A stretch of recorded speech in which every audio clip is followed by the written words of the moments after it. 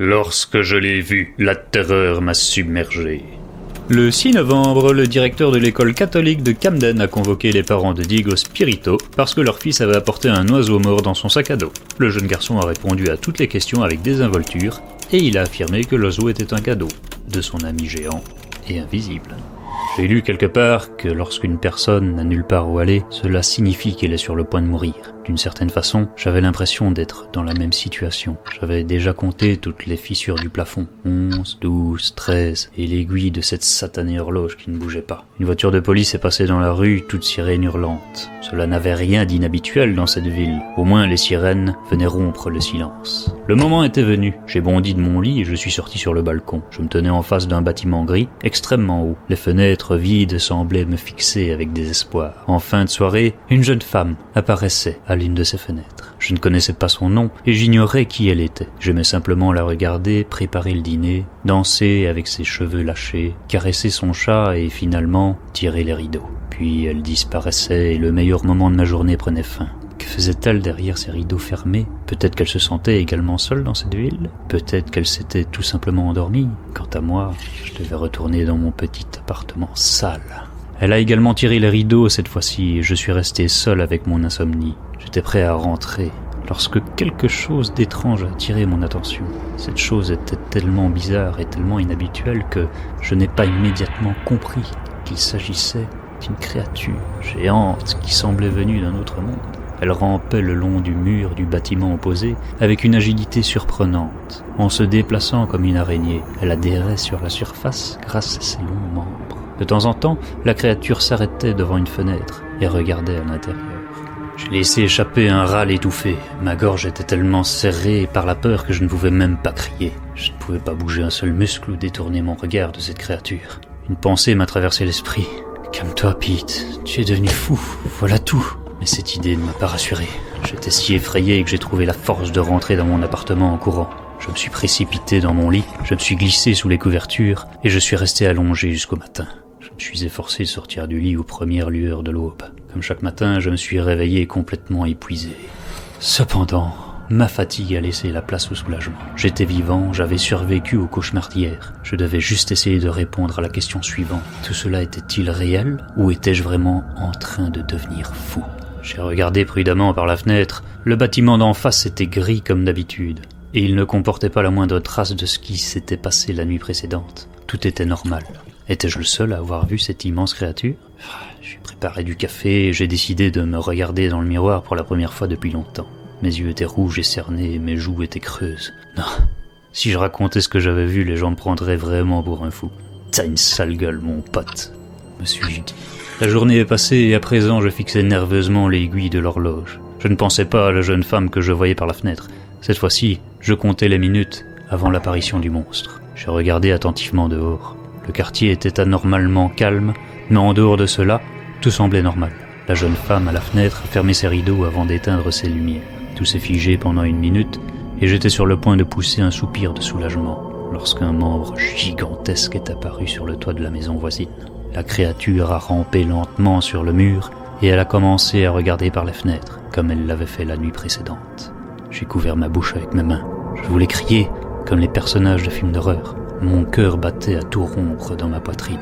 J'ai saisi mon téléphone de mes mains tremblantes. Si j'arrivais à prendre une photo de cette créature, je serais certain qu'il ne s'agissait pas uniquement du fruit de mon imagination. J'ai activé l'appareil photo. La créature venait juste de ramper vers un autre endroit. Et tout à coup, elle s'est figée et elle a tourné sa tête dans ma direction.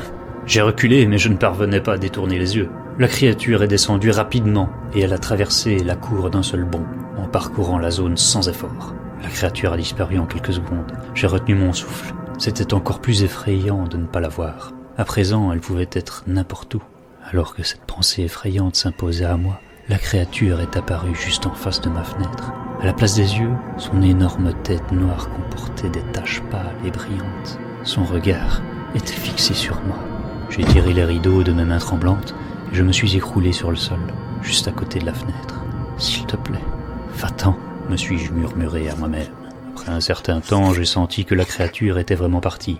Un silence pesant planait autour de moi. Tout à coup, j'ai entendu un bruit de frottement qui provenait de la cage d'escalier. J'ai sursauté. Quelqu'un a subitement frappé à la porte, et mon cœur s'est presque arrêté. J'ai marmonné un juron et me suis faufilé vers la porte d'entrée. Mais je suis resté figé à mi-chemin. Qui pouvait se trouver sur le pas de ma porte à cette heure-ci? J'ai dégluti avec difficulté, et j'ai regardé par le Judas. J'ai reculé en titubant sous le choc. L'énorme tête du monstre se trouvait juste devant ma porte. J'ai continué de reculer, pris de panique, et mon dos a heurté quelque chose de chaud et de volumineux. J'ai pensé que mon imagination me jouait des tours. Et ensuite, je me suis retourné. La créature se trouvait dans mon appartement. Elle était recroquevillée sous le plafond. La tête du monstre formait un angle anormal avec son corps, et elle bougeait bizarrement. Son regard, brillant, semblait me transpercer. Je ne pouvais pas bouger. La créature a ouvert sa main et elle a laissé tomber ce qui ressemblait à un tas d'ordures sur le sol. Son étrange visage noir s'est rapproché, comme si elle essayait de sonder mon âme. La créature a poussé les ordures vers moi, avant de faire une sorte de signe de tête. Mon corps s'est crispé et j'ai fermé les yeux. « S'il te plaît, va-t'en !» À cet instant précis, j'ai senti un courant d'air. La fenêtre s'était ouverte. Le froid de l'automne m'a permis de me ressaisir. Lorsque j'ai ouvert les yeux, la pièce était vide. Je suis tombé à genoux et j'ai pris une profonde inspiration. Tout était bien réel. Le tas d'ordures se trouvait toujours devant moi. Il était constitué de cailloux, de feuilles et de bouts de bois secs. Il y avait également une sorte de masse informe au milieu du tas. Je l'ai examiné de plus près et j'ai failli vomir. Il s'agissait d'un oiseau mort, au cou brisé. La créature me faisait-elle un cadeau? Le lendemain, je n'ai pas cessé de trembler.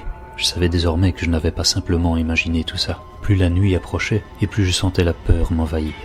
Ce soir-là, j'ai décidé de ne pas regarder par la fenêtre et de ne pas observer le monstre, ni même d'y penser, quoi qu'il puisse arriver.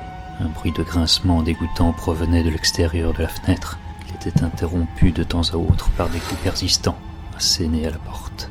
J'ai compris que le monstre n'allait pas me laisser tranquille. À ce stade, ma peur s'est légèrement atténuée. La créature aurait pu me mettre en pièces il y a longtemps, si elle l'avait voulu. Cela signifiait qu'elle voulait probablement quelque chose d'autre. J'ai ouvert les rideaux d'un geste hésitant. Le monstre s'était accroché à la vitre de ma fenêtre. Je savais que c'était complètement insensé, mais je lui ai demandé ce qu'il voulait. Au lieu de répondre, il a de nouveau hoché la tête, et il a jeté quelque chose sur mon balcon.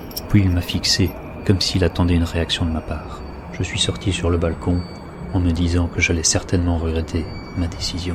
Un chat était étendu sur le sol. Je l'ai soulevé, sa tête inerte pendait sur le côté. Je me suis pincé le nez pour ne pas sentir l'odeur. Une médaille a scintillé au niveau de son cou. Merde, c'était le chat de Diego, le jeune garçon qui vivait à côté. La créature ne m'avait pas quitté des yeux un seul instant. Une question complètement incongrue m'a donc traversé l'esprit. Cette créature était-elle donc douée de raison ?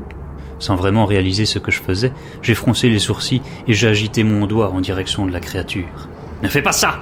Ne me donne plus d'animaux morts! Tu as compris ?» La créature a levé la tête et a laissé échapper un couinement. Ce son évoquait le crissement d'une craie sur un tableau noir, mais en 100 fois pire. J'ai reculé, sous l'effet de la peur. Est-ce qu'elle me comprenait vraiment ? J'ai ressenti une étrange satisfaction à cette idée. J'avais l'impression d'avoir établi une sorte de relation avec cette créature. Un monstre qui était tout seul dans un environnement inconnu. D'où venait-il ? Que cherchait-il ?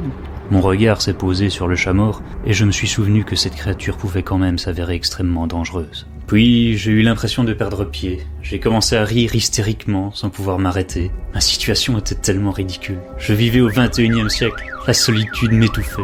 J'étais tombé amoureux d'une fille que je ne connaissais même pas et la seule créature capable de me comprendre avait rampé jusqu'ici depuis l'enfer.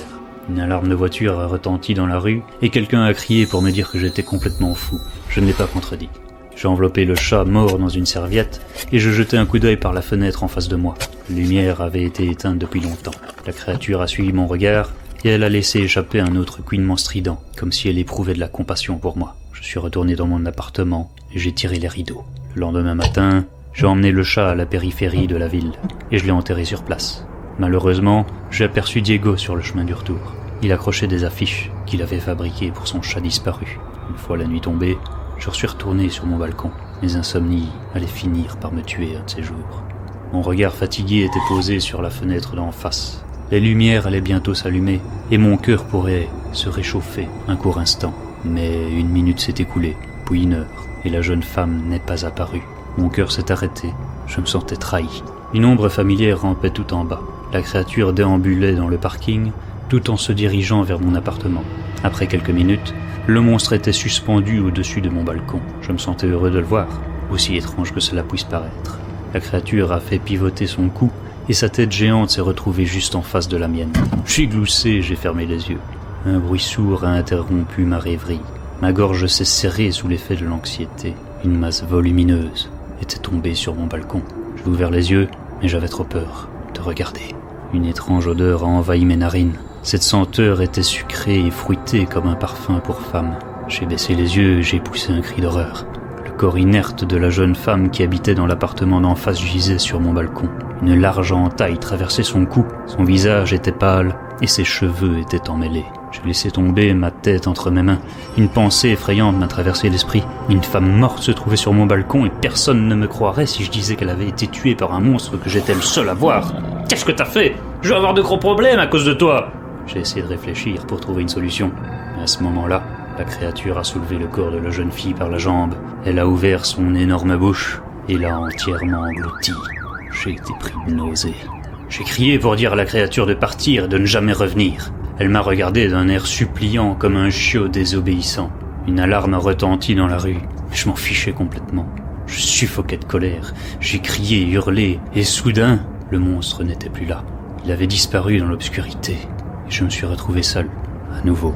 Après quelque temps, tout est redevenu normal. Je souffrais toujours d'insomnie et je passais mes journées à m'ennuyer. L'appartement d'en face a rapidement été loué, mais la lumière qui s'en dégageait ne réconfortait même plus mon âme fatiguée. Je continuais à sortir sur le balcon le soir et je fixais l'obscurité. Une partie de moi attendait le retour de cette étrange créature. Cependant, les ombres étaient tout simplement des ombres, et rien de plus. J'étais sur le point de rentrer lorsque Diego est soudainement apparu sur le balcon voisin. Il tenait quelque chose dans sa main et il souriait. « Qu'est-ce que t'as là ?» lui ai-je demandé. « C'est mon oiseau, monsieur Fitt. Mon ami me l'a donné. » Diego a déplié un chiffon pour me montrer un pigeon au cou brisé. Le jeune garçon a gloussé, comme si quelqu'un lui avait murmuré une blague à l'oreille, et il a regardé quelque chose sur le côté. J'ai suivi son regard, le cœur serré, mais